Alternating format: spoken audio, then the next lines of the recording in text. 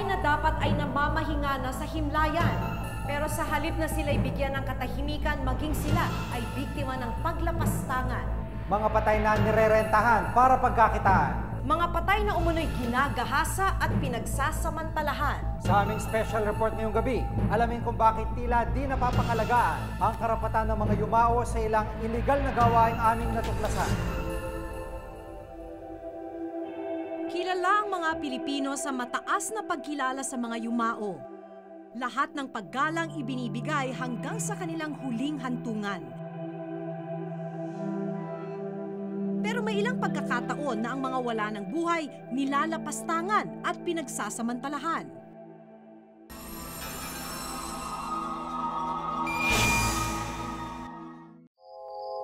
Habang nababalot ng katahimikan ng gabi, isang makapanindig balahibong pangyayari ang naganap dito sa sementeryo.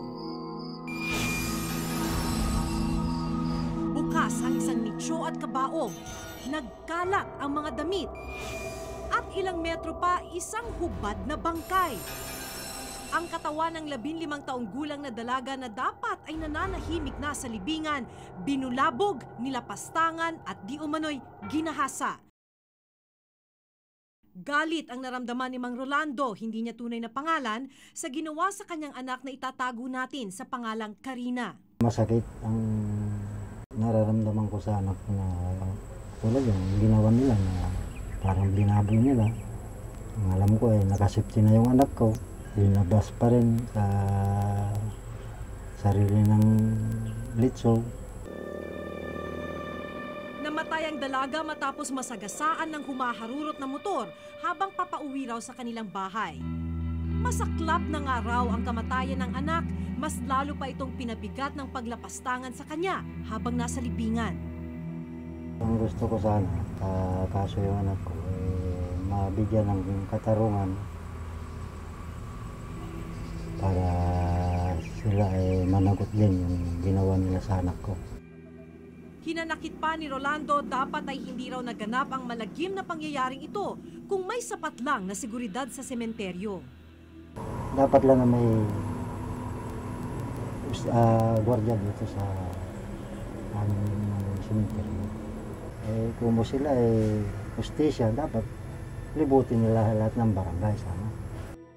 Nagkakandak po kami ng mga police visibility doon sa area. Nagpapatrol po kami yung sa mga holy hour na talagang alam namin na baka may gumawa uli. Iniikutan po namin siya. Sa pagsusuring ginawa naman ng Municipal Health Office ng lugar na patunayang ginalaw ang dalaga. Ang findings ko nung i-autopsy namin yung cadaver ni yung bang private parts niya ay nakabuka na. Saka nakita namin na may nagawang penetration, may pinasok na matigas na bagay kaya bumuka yun. Kwento pa ng nag-imbestiga sa kaso, 3 araw bago nakitang nakakalat na bangkay ni Karina, 3 lalaki ang nakitang umaaligid sa sementeryo.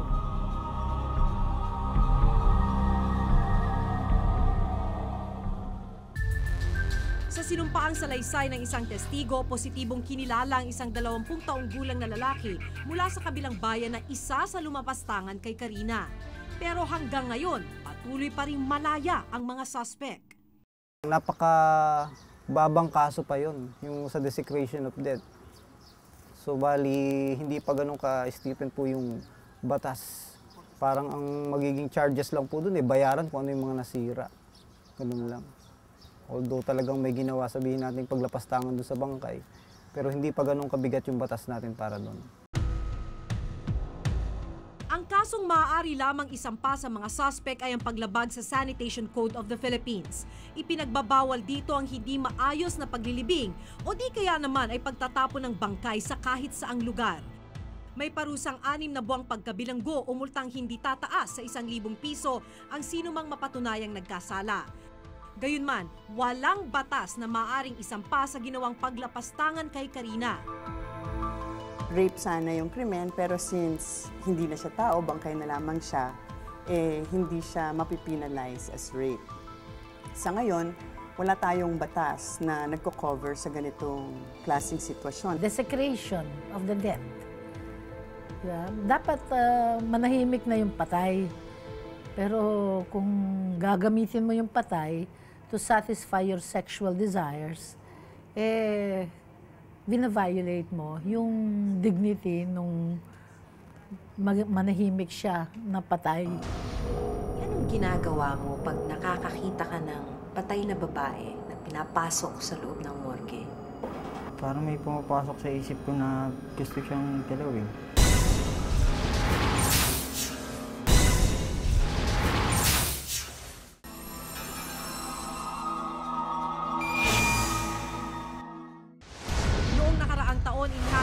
Manny Villar ang Senate Bill 1297 kung saan ginagawang krimen ang panghahalay sa bangkay. Reklusyon perpetua o habang buhay na pagkabinanggo ang parusa sa sino mang gagawa nito o multang 100,000 hanggang 500,000 piso ang parusa. Hanggang sa ngayon nakabinbin ang nasabing panukalang batas. Ayon sa isang eksperto, isang nakababahalang sakit sa pag-iisip ang taglay ng sino mang sangkot sa ganitong gawain. Tinatawag itong necrophilia. Ito ay isang sakit sa isip na kailangan gamutin. Oo nga, may ginawa silang kasalanan. Pero para sa akin, ito ay isang abnormal na pangyayari na dahil doon sa mga dagok sa kanilang buhay, hindi naman natin kinokondone ang ganitong behavior. Ganito ang 2 taon nang nakasanayang gawin ni Ernie, hindi niya tunay na pangalan at isang janitor sa isang punerarya. Pakikipagtalik sa patay ang kanyang kakaibang hilig. Ernie, anong ginagawa mo pag nakakakita ka ng patay na babae na pinapasok sa loob ng morgue? Pag makikita ko po magandang babae, tapos na doon po, ay inaano ko po sila. Ginagalaw mo? Opo. Parang may pumapasok sa isip ko na gusto siyang galawin. Hindi na nga raw niya mabilang ang mga bangkay na kanyang ginalaw. Pag minsan po kasi sa isang buwan, wala po akong nagagalaw. Minsan sa isang buwan naman, dalawa, tatlo. May pumapasok na patay. Parang naano po ako, parang napanap ko na po siya. Parang nasasanay na po yung utang ko. Minsan natatakot po rin po baka po mahuli ako ng amo ko po. Pero hindi naman po ako natatakot sa patay. Kwento ni Ernie, nakailang kasintahan na rin siya pero madalas daw tumatanggi silang makipagtalik sa kanya. Ito raw ang nagtulak sa kanyang gawin ang makamundong hilig. Nung nagkasyota po ako, minsan po tinatanggihan na ako. Yung dalawa po, tumatanggi. Parang ayaw po may pagtalo. Ayon sa eksperto, maaaring maging dahilan nga ang mga naranasan ni Ernie sa mga naging karelasyon nito. Usually kasi mga males ang mga nagkaroon ng necrophilia dahil sa dami na ng rejection doon sa mga babae siguro na nililigawan nila. Nagkakaroon sila ng the desire for love, pero ang nangyayari doon na sa dead bodies. Ito ay isang defense nila, parang sandata nila na para hindi na sila makaranas ng rejection. May bala ka bang tumigil? Naihinto to? Bakit tigil ko na rin po ito pagkatapos na? Kaya mo ba? Subukan ko po. Pero hindi dito natatapos ang ginagawang paglapastangan sa mga yumao. Dahil ang ilang bangkay, kung hindi man nirerenta, binebenta upang mapagkakitaan. Halimbawa, walang kakayahan yung tubusin yung patay nila at hindi kaya ipalibing. Ginagawa namin, inakila, tapos pinasusugalan namin para kumita naman din kami.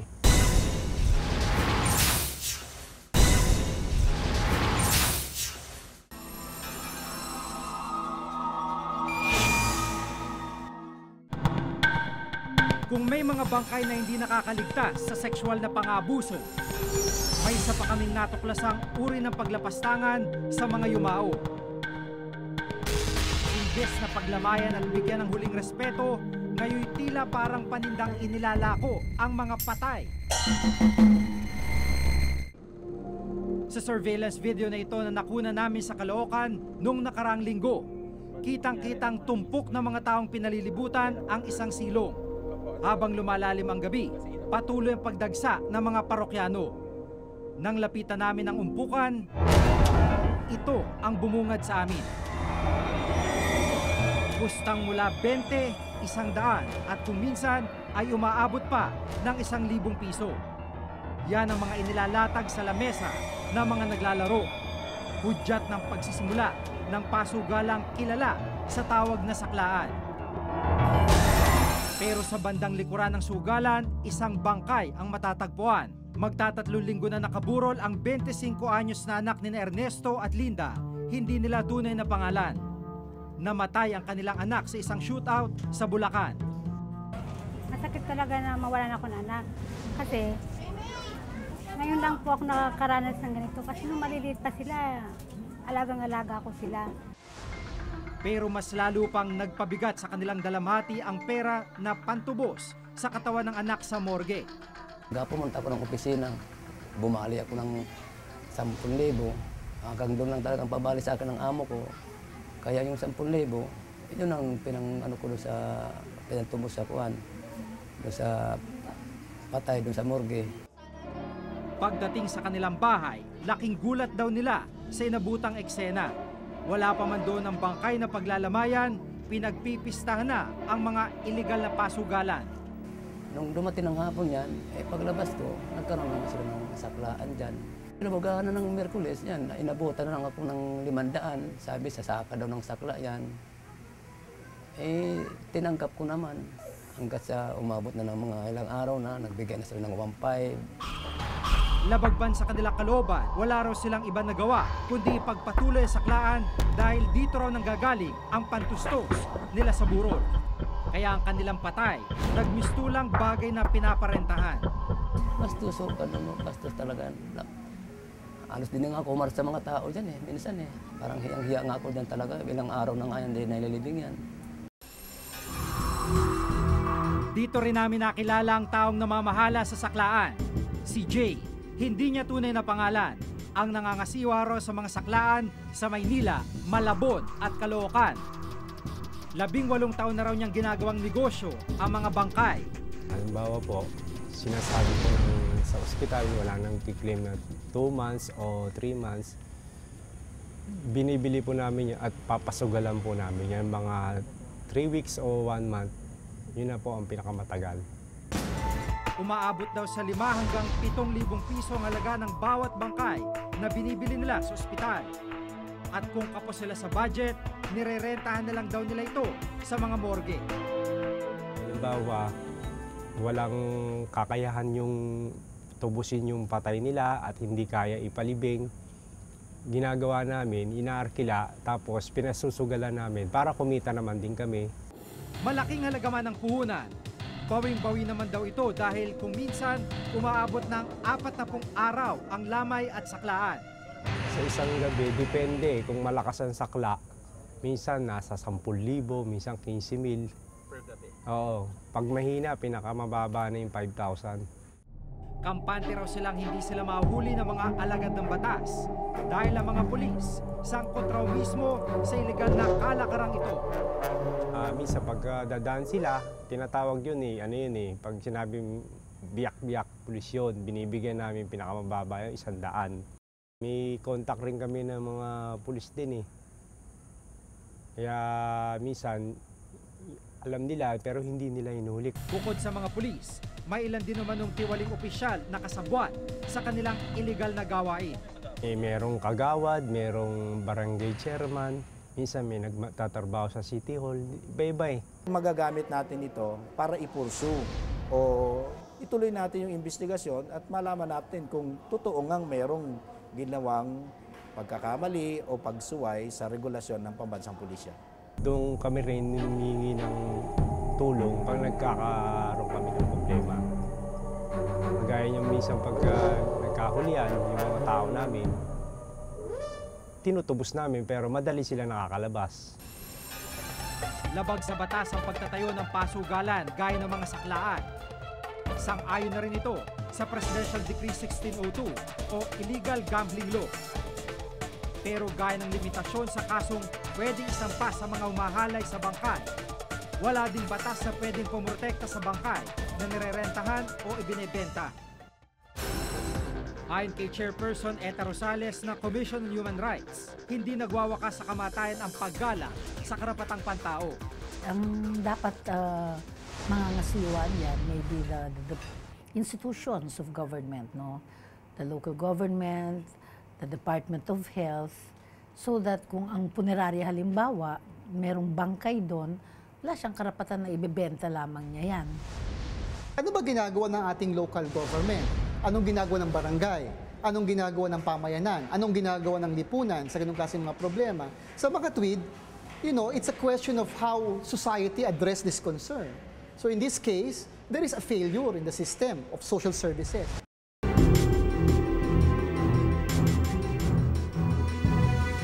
Sa kanilang huling sandali, marapat lamang na mabigyan sila ng respeto at paggalang. Buhay man o patay, walang lugar ang pananamantala at paglapastangan. Kung may sapat at tamang batas lang na mangangalaga sa mga yumao, hindi sana magpapatuloy ang maling pagtrato at paglabag sa kanilang karapatan. Ako si Jigo Manica. Ako si Maki Pulido at ito ang nakatala sa aming Reporter's Notebook.